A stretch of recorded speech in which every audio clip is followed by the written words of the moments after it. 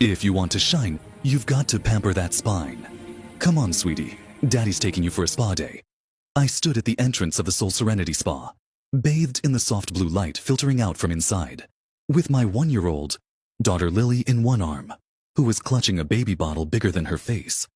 I absent-mindedly scratched my backside with my free hand, a huge grin spreading across my face. Bwath, Lily babbled, her mouth stretching wide in a baby-toothed grin. Her eyes crinkled into those adorable crescent moons as she hugged her bottle even tighter. What's that, Lily? You think we should get a foot massage too? Isn't that a bit much? If your mom finds out, I'm toast. I quickly pulled out my phone and tapped the voice memo app. Here, say it again into the phone.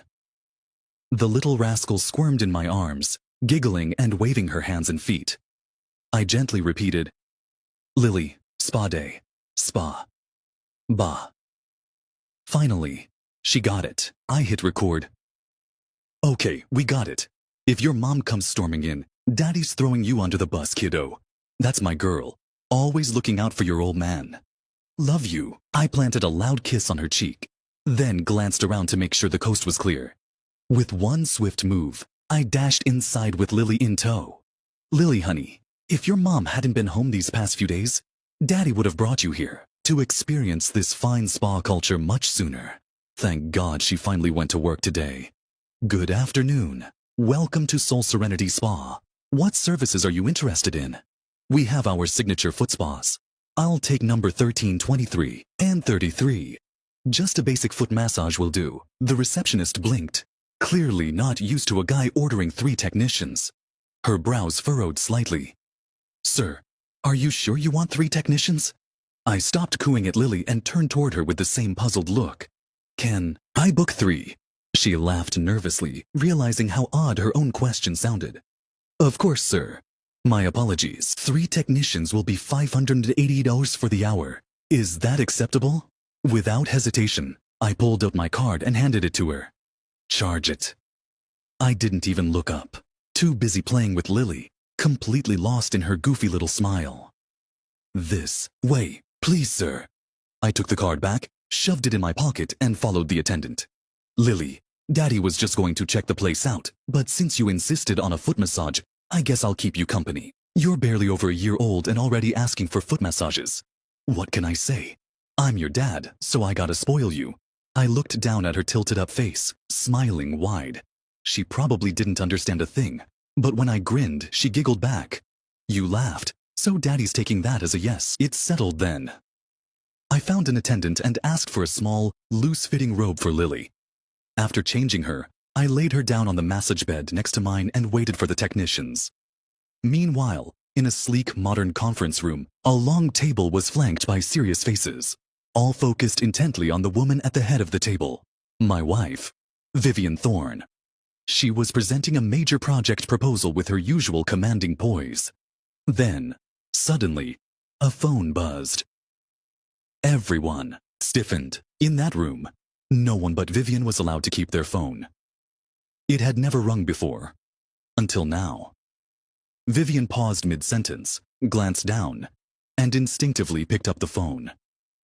Her elegant eyebrows drew together. Her hand tightened around the phone until her knuckles turned white. The room's temperature seemed to drop. No one dared move. Then came her voice, cold, clear, and controlled. Meeting adjourned. We'll continue tomorrow. Relieved, everyone scrambled out. Vivian sat frozen for a beat.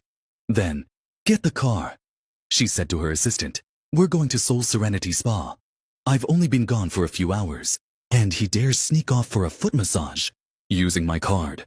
She stared at the transaction details with a smirk that didn't quite reach her eyes. What a wonderful husband I have. Back at the spa, I lay face down on the massage bed, eyes closed, enjoying the warm pressure on my calves. I let out a deep sigh. Man, the kept man life is the best, I murmured. No need to slave away. My wife's out earning while I'm out here spending. What a life. Hearing Lily's tiny laughter as 2 technicians tended to her made me chuckle. Sweetie, having fun? Next time Mom's at work, we'll come again. Just then, Vivian arrived, along with Ms. Davis and another assistant. What they saw left them stunned. There I was, sprawled on a massage bed, 2 more technicians fussing over Lily, looking completely relaxed and smug. Vivian trembled with rage. Ms. Davis clapped a hand over her mouth, suppressing a laugh. A glare from Vivian wiped the grin off her face. Then, Vivian stepped just outside the door. Lily was the first to spot her. She squealed, "Mama!" and reached out her arms. Hearing her, I bit my lip. No way Vivian's here, I thought. She just left for work. Lily must be missing her. Sweetie, Mommy's out making money for us. You'll see her after work. But the 3 technicians followed Lily's gaze. Their hands froze. Vivian softened momentarily at the sight of Lily's smiling face. But then her eyes locked onto me, and her fury returned. She gestured for silence, then crept closer. I, unaware, called out, "Hey, why'd you stop? Keep going. Put some muscle into it. I can take it." The techs looked nervously at each other. The one massaging my legs glanced awkwardly at Vivian. Reading the room, she backed away. Vivian stepped forward, placed a hand on my leg, and pinched. Hard. Ow! Ow! I screamed, whipping my head around. What the hell? And there she was. My CEO wife, glaring daggers at me. I froze like a deer in headlights. Lily's giggles filled the silence, sounding eerily like mockery. Scratching my head, I gave her my best sheepish smile. "Honey, what are you doing here? Weren't you at work?" Oh, I was. But thanks to a certain Mr. Leo Miller spending my money at a spa, I got a little notification. She gave my thigh another vicious pinch. Should have brought cash, I cursed, internally. The technicians were barely holding back laughter. I waved them off, took Lily, and cleared the room. Then, cradling Lily in my arms, I said seriously, "Honey, this wasn't my idea. Lily said she wanted a foot massage. I even have proof." I played the voice recording. Vivian stared at me in disbelief. "You're telling me our 1-year-old daughter came up with the idea of getting a foot massage?" I never joke. I have a witness and evidence. I puffed out my chest like a general claiming victory. Vivian glanced from me to our bubbly daughter bouncing in my arms, and just sighed. This was the man she picked from a sea of blind dates because he seemed honest. Sure, his looks helped too, but she hadn't expected him to be this eccentric. She thought back to how we first met. Vivian was 3 years older than me. At 27, her family had been hounding her to get married. "I'm not going," she told. Her mom, wearing dinosaur pajamas, hugging a panda plushie, and munching on a cucumber. "You want a blind date? You go?" "Vivian, you're 27. Almost 28, then 29, basically 30. I want grandkids. You watch SpongeBob every night. What are you planning? Giving birth to sea sponges?" Vivian sighed, still munching. "If you want kids so bad, be a postpartum nanny." "Why me? You're going to be the death of me." Her mom muttered, "If you don't go on this date today, I'm tossing all your stupid stuffed animals." Vivian rolled her eyes until her mom added, "It's a shame. The guy's got a degree and is handsome." "A dime a dozen," she said. "5 good points," her mom said, flashing 5 fingers. Vivian's brain short-circuited. "Send me the address." She changed into a sophisticated outfit and headed out. Meanwhile, I was facing the same pressure. "Mom, you're desperate for grandkids. I just graduated," I complained. "I know you. This girl's family owns a company. She's rich, barely works. Perfect for you to be a kept man." My mom rolled her eyes at me, clearly unimpressed. "If you weren't my son, you wouldn't even have a snowball's chance in hell. Well, why didn't you say so sooner? Just send me the address next time." I ignored her disapproving glare and dashed out the door, shouting, "Sugar mama, here I come!"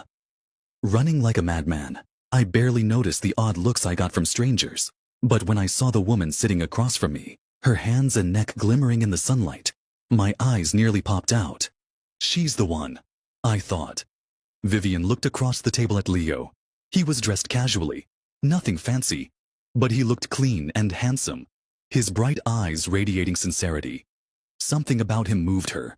She extended her hand first. "Hi, I'm Vivian Thorne. Leo Miller. You know our moms are best friends, right?" I replied, just staring at her and nodding. I'm quite satisfied with you, she said boldly. Let's skip the dating phase and just get married. I'm swamped with work and don't have time for all this lovey-dovey stuff. Seeing Leo locked onto her with wide eyes, Vivian figured he was spellbound by her looks.